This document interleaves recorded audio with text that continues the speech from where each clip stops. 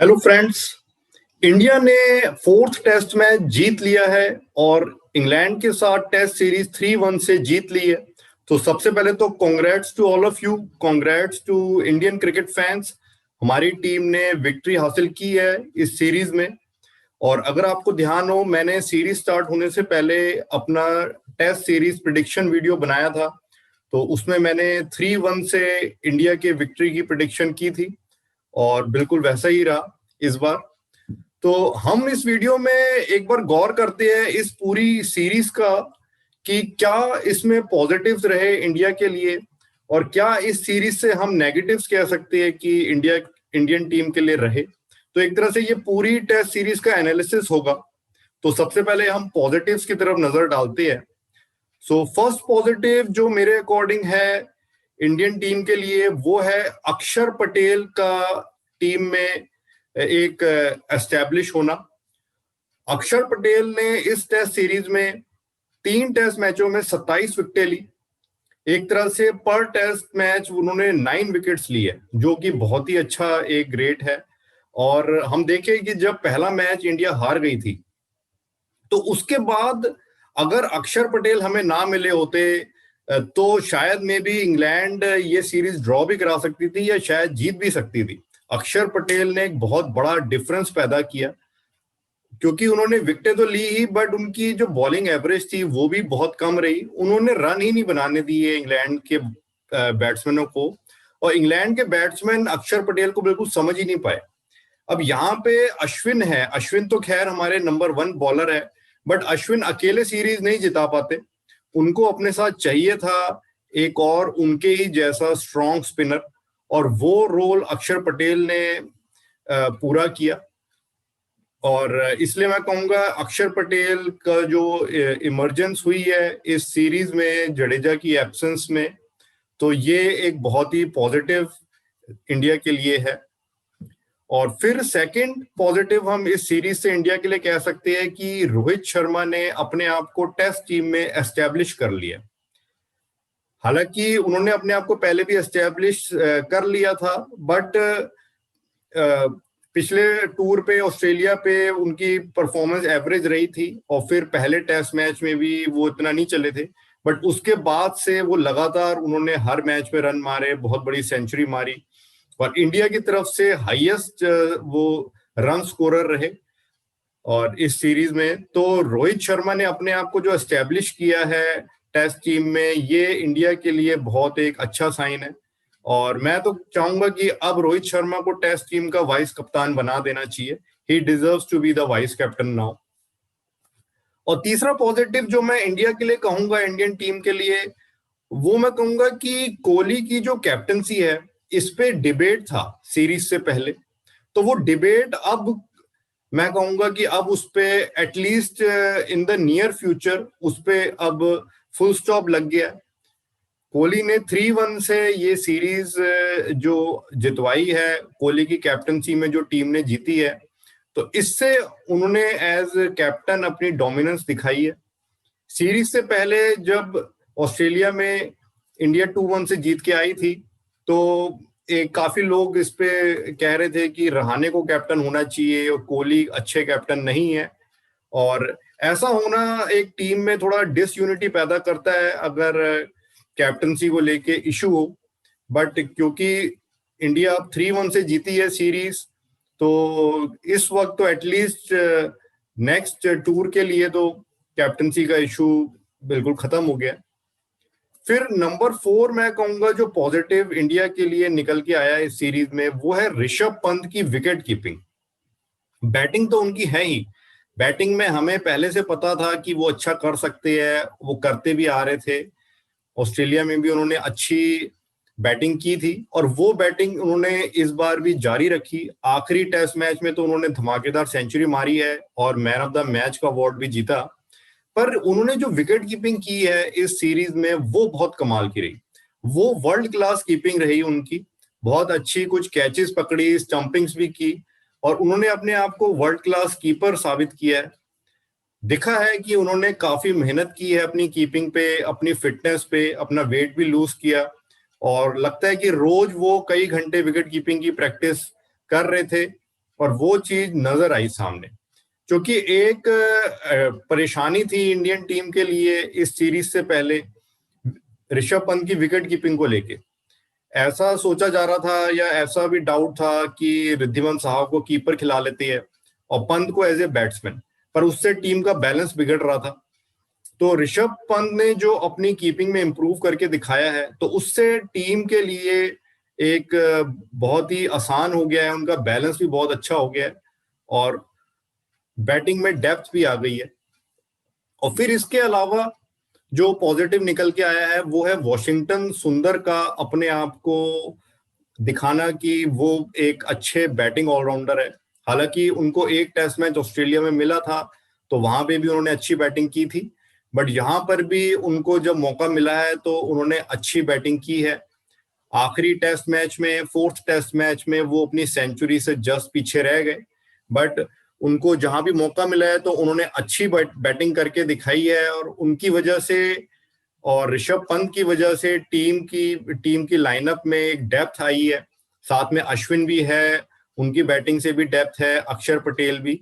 तो ये जो बैटिंग में डेप्थ है, इससे कॉन्फिडेंस रहता है टीम को कि हमारी जल्दी विकेटें भी गिर जाए तो हम फाइट बैक कर सकते हैं, अच्छा स्कोर हम बोर्ड पे लगा सकते हैं या कोई भी टारगेट हम चेस कर सकते हैं। तो इससे टीम की जो फाइट बैक करने की एबिलिटी है, और सीरीज में पहला मैच हारने के बाद भी जो उन्होंने बाउंस बैक किया है सीरीज में, और टीम ने जिस तरीके से आखिरी तीनों मैच जीते हैं, तो इसमें जो हमारी बैटिंग की डेप्थ है वो भी बहुत इसमें यूजफुल साबित हुई है। तो ये तो हमारे पॉजिटिव्स थे टीम के, जो इस सीरीज में हम कह सकते हैं कि जो हमने हासिल किए। और फिर हमारी टीम के लिए नेगेटिव्स भी रहे इस सीरीज में। उन नेगेटिव्स पे भी गौर करते हैं कि क्या इंडियन टीम के लिए हम कह सकते हैं सीरीज में क्या उन्होंने खोया, क्या उनको नुकसान हुआ है। तो इसमें सबसे पहले तो मैं कहूंगा कि हमारी जो ओपनिंग कॉम्बिनेशन है, इसमें शुभम गिल के फेल होने से तो जो ओपनिंग कॉम्बिनेशन है वो बिगड़ गया है इस सीरीज में। इससे पहले मयंक और रोहित शर्मा ने अपने आप को एस्टेब्लिश कर लिया था। मयंक सफल भी रहे थे काफी टाइम तक, लगभग 1.5-2 साल तक उन्होंने अच्छे रन मारे, पर फिर वो 2 सीरीज में फेल रहे। न्यूजीलैंड में फेल रहे थे 2 मैचेस में, और ऑस्ट्रेलिया में भी 2 मैचेस में फेल रहे। तो उसके बाद उनको अपनी ओपनिंग पोजीशन खोनी पड़ी। गिल को वो पोजीशन मिली। गिल ने ऑस्ट्रेलिया में तो अच्छा परफॉर्म किया, बट जहां पर वो चारों टेस्ट मैच उनको खेलने का मौका मिला इंग्लैंड के खिलाफ, बट वो उसमें एक ही हाफ सेंचुरी मार पाए, इसके अलावा वो फेल रहे और सिर्फ वो 20 के एवरेज से ही रन मार पाए। तो इससे हमारा जो ओपनिंग पेयर है वो डिस्टर्ब हो गया है, ये एक नेगेटिव रहा है। अब टीम मैनेजमेंट डाउट में होगी कि अब हम फाइनल्स में पहुंच गए हैं वर्ल्ड टेस्ट चैंपियनशिप के, बट फाइनल में किससे ओपनिंग कराएंगे? क्या गिल से ही कंटिन्यू करेंगे या मयंक को वापस लाएंगे? तो ये एक इंपॉर्टेंट पॉइंट है। और फिर हम दूसरा नेगेटिव देखें तो वो है कि जो हमारे एक्सपीरियंस बैट्समैन हैं जैसे चेतेश्वर पुजारा और अजिंक्य रहाणे, ये दोनों ही इस सीरीज में फेल रहे, कुछ खास नहीं कर पाए। दोनों ने एक ही हाफ सेंचुरी मारी। पुजारा ने 22.5 की एवरेज से रन मारे और रहाणे सिर्फ 17.5 की एवरेज से रन मार पाए इस सीरीज में। तो ये जो हमारे एक्सपीरियंस्ड इन दोनों प्लेयर्स का फेलियर है, तो इससे टीम का जो हमारा टॉप 5 है, तो ये इसमें एक वीकनेस आ जाती है, जिससे मैं देख रहा हूं कि काफी फ्रिक्वेंटली हो रहा है कि हमारी 150 या 250 रन तक ही पहली 4-5 विकेटें गिर जाती है, और उससे फिर हर मैच में ही, लगभग हर मैच में हमारे विकेट कीपर पंत या जो हमारे बॉलिंग ऑलराउंडर्स है जैसे सुंदर, अश्विन, अक्षर पटेल, इनके ऊपर रिस्पॉन्सिबिलिटी आ जाती है कि टीम को अच्छे स्कोर तक लेके जाए। और वो अच्छा कर रही है, हमारी बैटिंग डेप्थ काम आ रही है, बट हमें अपने टॉप 5 में भी रिलायबिलिटी लानी होगी।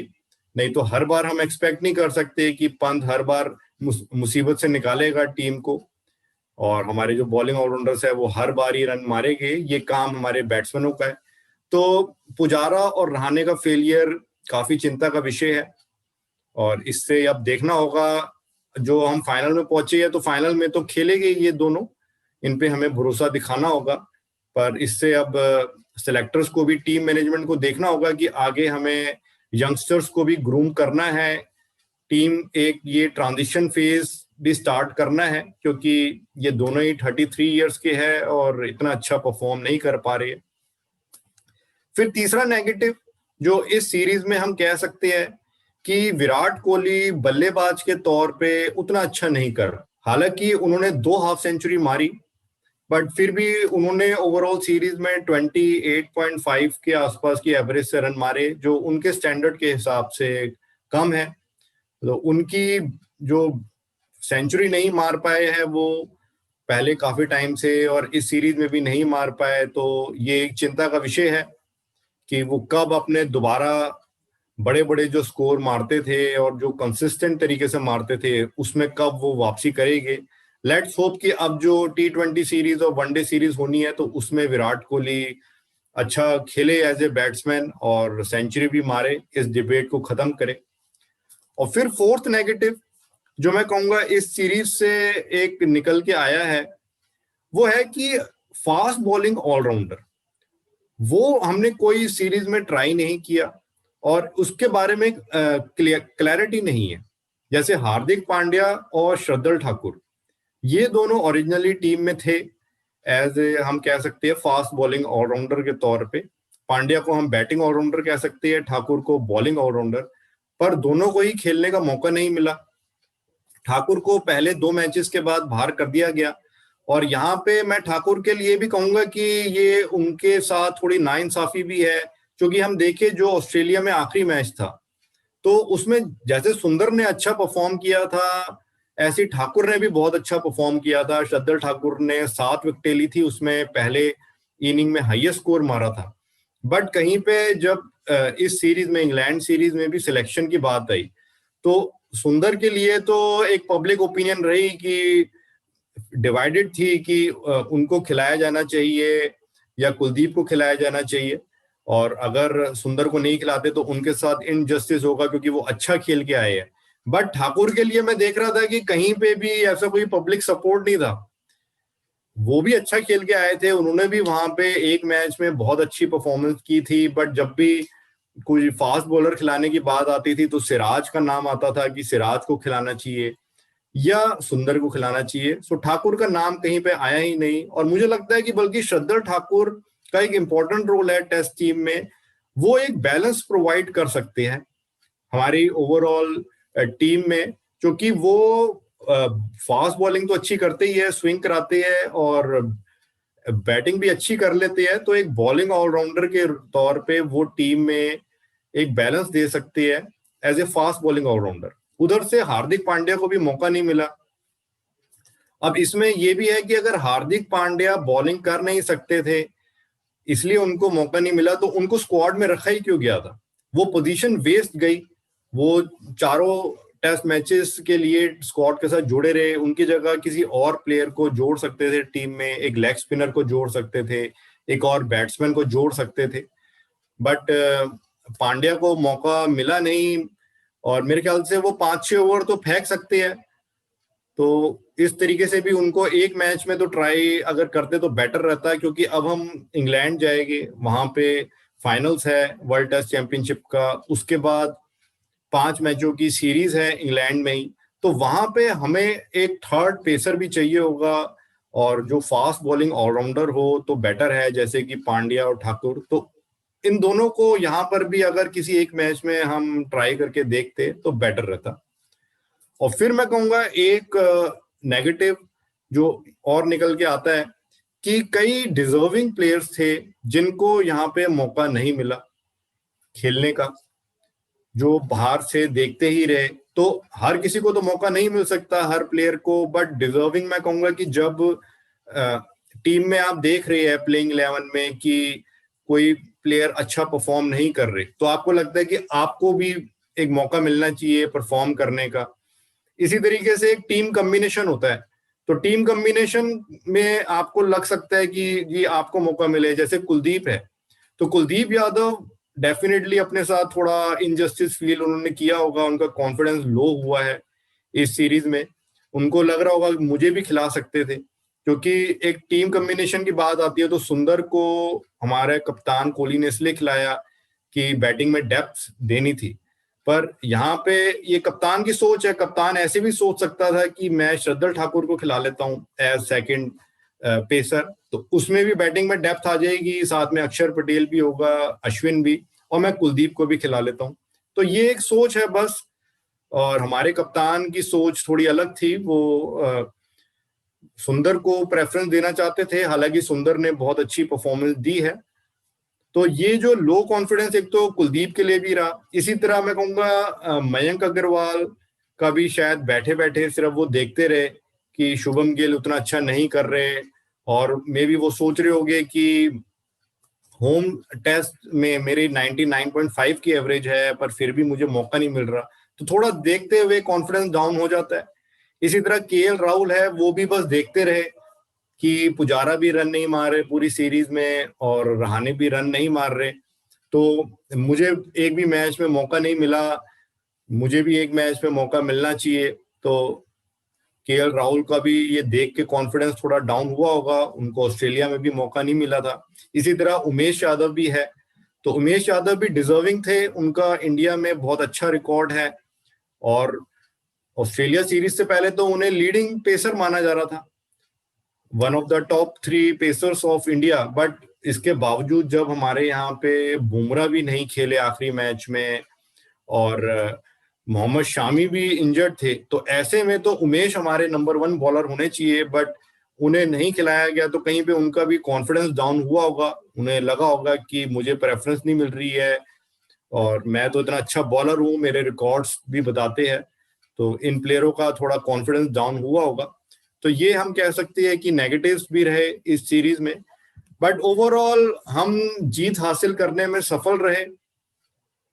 और इसमें ये भी है कि हमने जीत तो हासिल की है, बट जो नेगेटिव भी रहे, जो हमारी वीकनेस भी रही, उस पर भी हमें ध्यान देना जरूरी है, क्योंकि कई ऐसी सिचुएशन थी पूरी सीरीज में जब इंग्लैंड अपर हैंड ले सकता था, खास तौर से तीसरे और चौथे मैच में। तीसरे मैच में जब इंडिया को उन्होंने पहली इनिंग में 145 पे ऑल आउट कर लिया था, तो अगर इंग्लैंड के बैट्समैनों में भी दम होता थोड़ा, वो अच्छा स्पिन को खेल पाते, तो वो अपर हैंड ले सकते थे, बट वहां पे उनकी वीकनेस की वजह से इंडिया भी वो मैच जीतने में सफल रही।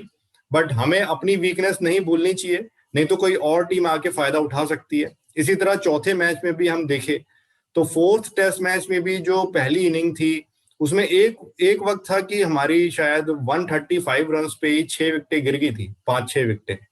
तो तब ऋषभ पंत और सुंदर ने बहुत अच्छी 100 रन की पार्टनरशिप की। ऋषभ पंत ने बेहतरीन सेंचुरी मारी, सुंदर ने भी 96 रन नेट आउट मारे, और इसके अलावा अक्षर पटेल के साथ फिर सेंचुरी की पार्टनरशिप रही। सुंदर और अक्षर पटेल में अक्षर पटेल भी हाफ सेंचुरी जस्ट मिस कर गए। तो अगर ये नहीं करते तो फिर हमारी बैटिंग जो है, हमें ये भी देखना होगा कि हमारे जो टॉप 5 बैट्समैन हैं, इनसे हमें इतना कॉन्फिडेंस नहीं आ रहा है। रोहित शर्मा ही अच्छा चले है इस सीरीज में, थोड़ा शेकिंग बैटिंग लाइनअप हो गई है हमारी, और उसको इम्प्रूव करने की जरूरत है। जो प्लेयर्स इस सीरीज में नहीं चले हैं उनको अच्छा करने की जरूरत है, और नहीं कर पाते तो टीम मैनेजमेंट को और सिलेक्टर्स को भी कुछ टफ और स्मार्ट डिसीजंस लेने होंगे कि किस प्लेयर को रेस्ट देना है, किसको ड्रॉप करना है, और कुछ नए प्लेयर्स को भी मौका देना है, ताकि आगे के लिए भी, फ्यूचर के लिए भी टीम ग्रूम हो सके।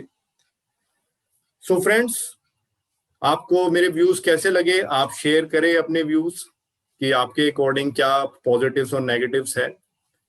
Okay then, congratulation once again for Indian victory, and let's hope कि इंडिया अब फाइनल में भी अच्छी परफॉर्मेंस करे और वर्ल्ड टेस्ट चैंपियनशिप में जीत हासिल करे।